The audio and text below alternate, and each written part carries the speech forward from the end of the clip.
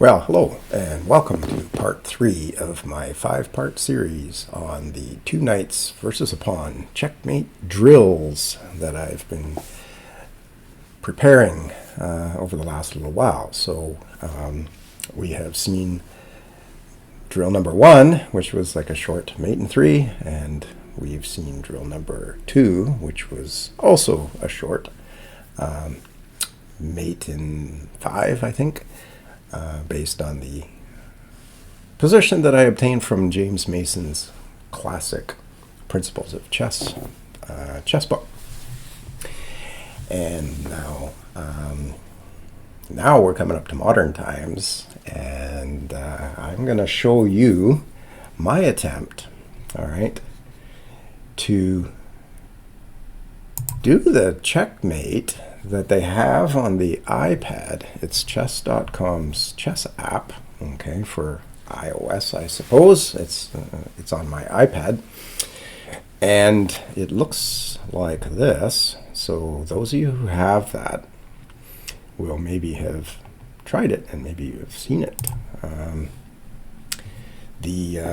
So the starting position, we're continuing with the H-pawn, okay, blocked on H4, properly blockaded, okay, right at the Troitsky line, all right, which I think is at the 4th rank for the A pawn, okay, the D pawn, the E pawn, and the H pawn.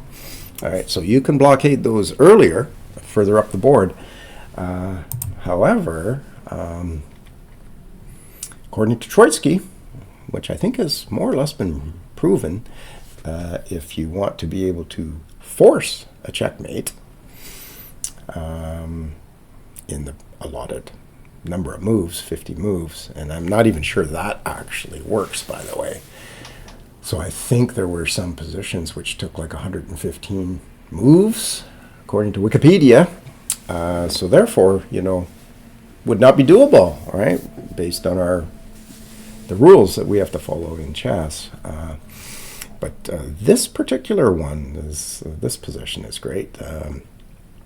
I do call it ludicrous. I think the whole thing is ludicrous because I had an arrow drawn here. So we got to move that black king from A1 to A8.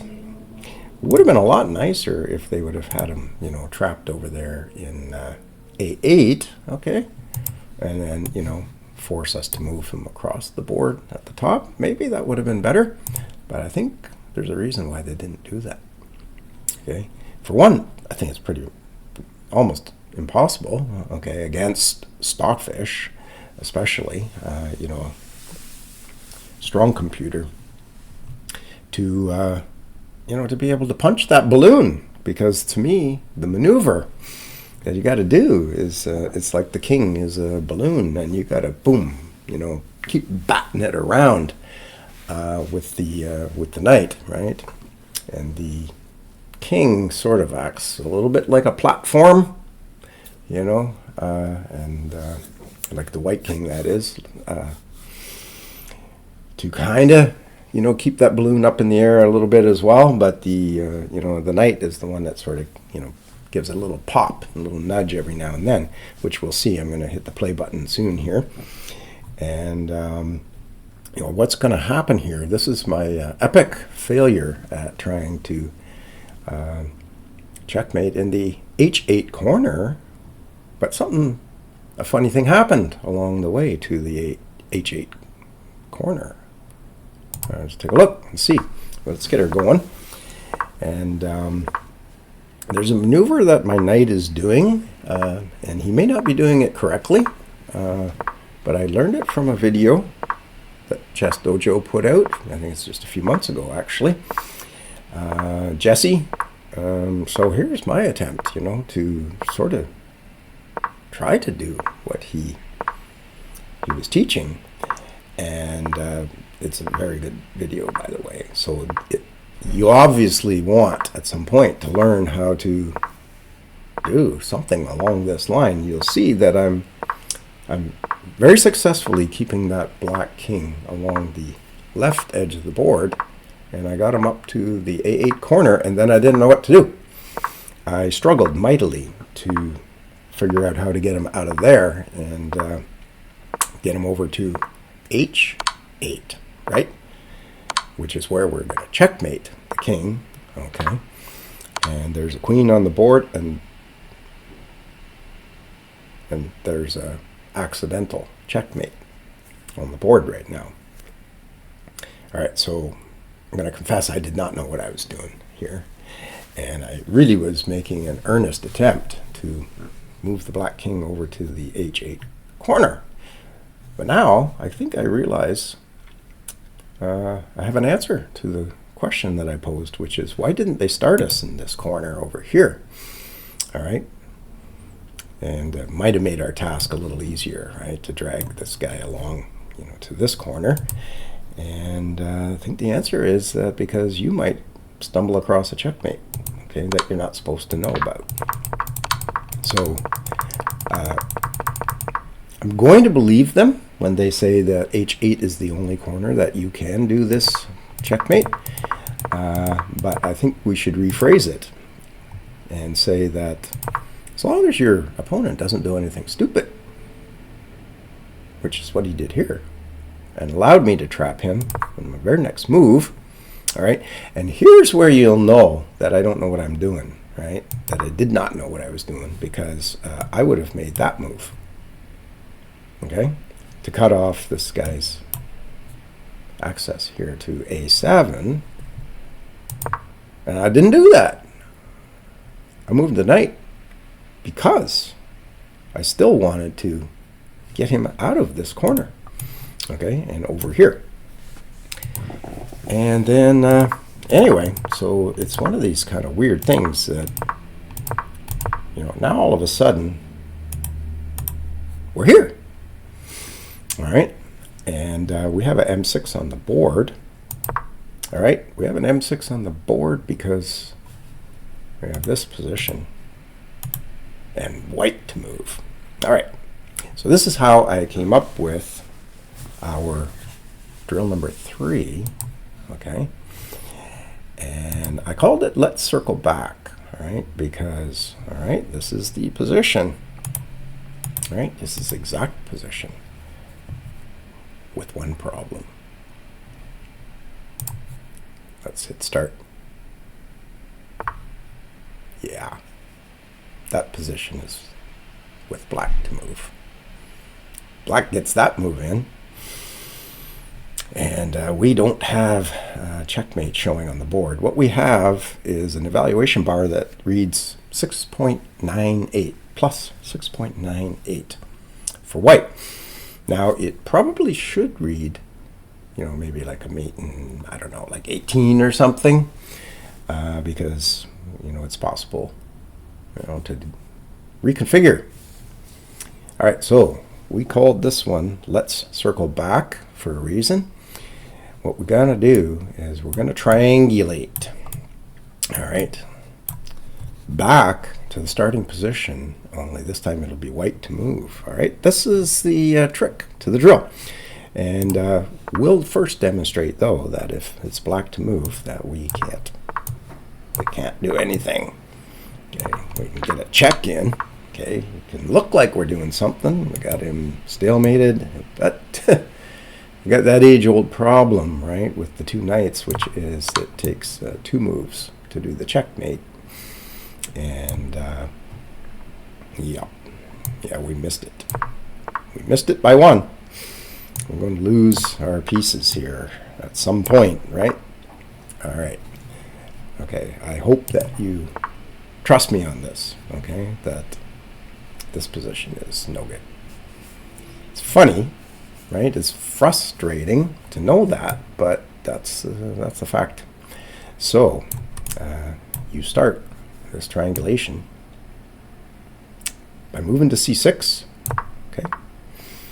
And we don't really care too much about which way he goes because we do this move. All right, we're going to go to D7.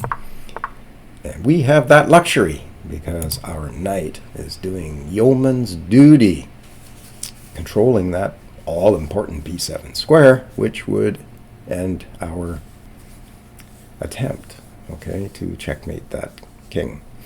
But right now, okay, we got that blocked off, and we got that blocked off, and the knight's got that blocked off. Yeah, no worries. Knight's got that square blocked off. This was a loose square. This one was a loose square, right? So take the opposition, okay, and maintain it. Maintain the opposition. And now we arrive at our starting position with white to move. Can you think of a good move? You know, our evaluation bar is still showing plus 6.76 right now. Yeah, it just still doesn't see a mate until you move, and then it says mate in 5. I think I got to get this fixed somehow. I got to get my evaluation bar fixed, because that's becoming a very frustrating thing when you are trying to study and you need to know. I need facts, right? I need to know the facts, guys, just the facts. There we go. This time we did it. All right. So we did something that we're not really supposed to do. So we checkmated him in the A8 corner, and the assignment was, you know, to get him over to H8. So that's a failure. But in chess, a win is a win is a win. All right, and we'll take it, won't we? Let's do that one more time. Let's circle back.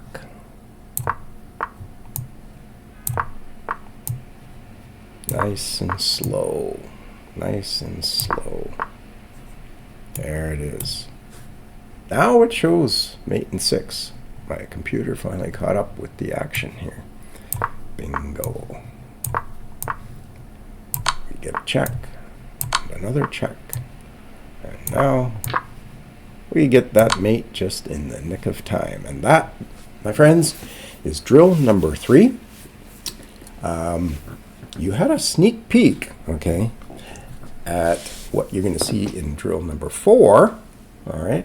There was another thing happened in there, which I just didn't bother to talk about, because that's going to be for my next video, which will be drill number 4. So this number 3 was titled, Let's Circle Back. All right. Another word for triangulate.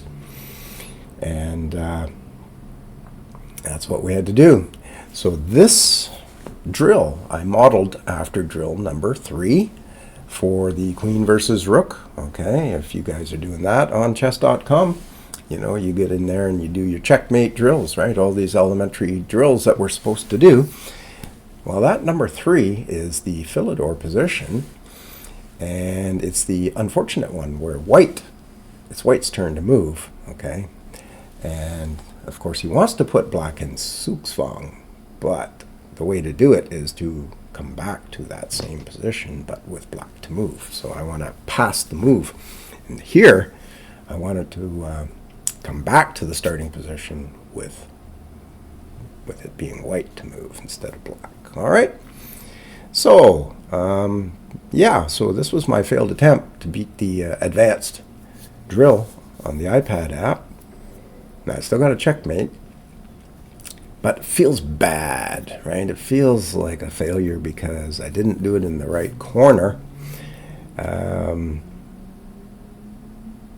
relied on the computer making a mistake, which I don't think it would have made if I was trying to do this drill on my computer instead of on the iPad, which makes me think that the iPad has, you know, done something.